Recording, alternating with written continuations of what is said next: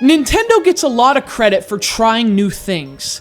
After releasing a dual-screen handheld controlled by touch and a console controlled by motion, that's become their reputation. They're considered the innovator. But you know, that's not really anything new. Even Nintendo's ill-fated GameCube was characterized by the company's drive to innovate, at least within the realms of traditional game design.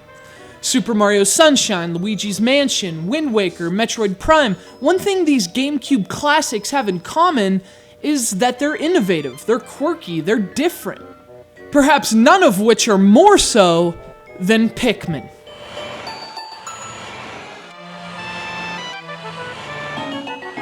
Pikmin is a real-time strategy game that introduces players to a brand new Nintendo character named Captain Olimar, a freight worker from the distant planet Hockatate. While piloting his rickety spaceship, a comet strikes the hull and sends the craft plummeting out of control. His ship barely more than a fiery mess of malfunctioning mechanisms, Olimar crashes on a strange planet, populated by even stranger creatures. Fortunately, our plucky little hero survives. Unfortunately, 30 integral parts of his ship are now scattered across the lush terrain of this uncharted world. Even worse, the atmosphere is actually poisonous to Olimar, and with his life support systems waning, he's got only 30 days to recover all 30 parts of his wrecked shuttle. Obviously, Captain Olimar is in a bit of a pickle, but nothing gets you out of a pickle better than the Pikmin. Olimar soon stumbles across these adorable little creatures by plucking them from the soil. They follow him around with the playful demeanor of a child, and Olimar quickly realizes that on this strange world where even the plant life towers over him, he'll need the Pikmin's help if he's gonna make it home. And that's what the game comes down to, using a variety of Pikmin with a variety of abilities to find those scattered pieces of your broken ship. You can literally gather hundreds of these tiny critters and command them to do your bidding. From carrying Pikmin pellets back to their nest, which creates more Pikmin, to tearing down walls and even defeating enemies, the Pikmin are your best friends on this living science experiment of a planet. In fact, they're your only friends, and managing them well is integral to making it home.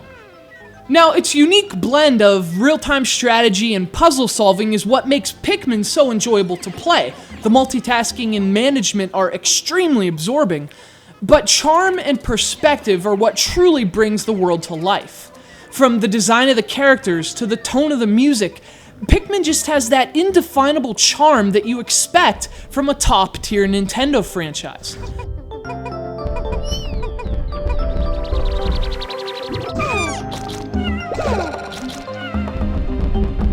Watching Olimar shuffle around and pluck Pikmin, it just makes you smile, and that smile only gets wider as you delve deeper into the game's lush world. Speaking of the game's world, it also plays a role in the game's effective use of perspective.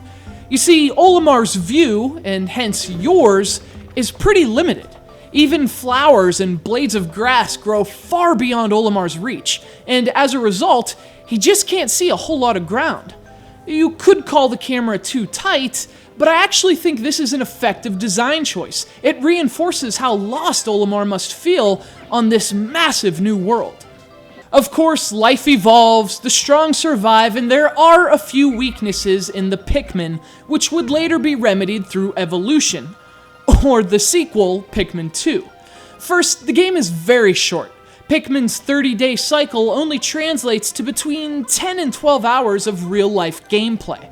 Also, as beautiful as the environments and character models look while zoomed out, the tightest camera angle reveals a lot of blurry textures, and they really haven't aged well. So the Pikmin aren't quite perfect life forms, but really, that's just nitpicking.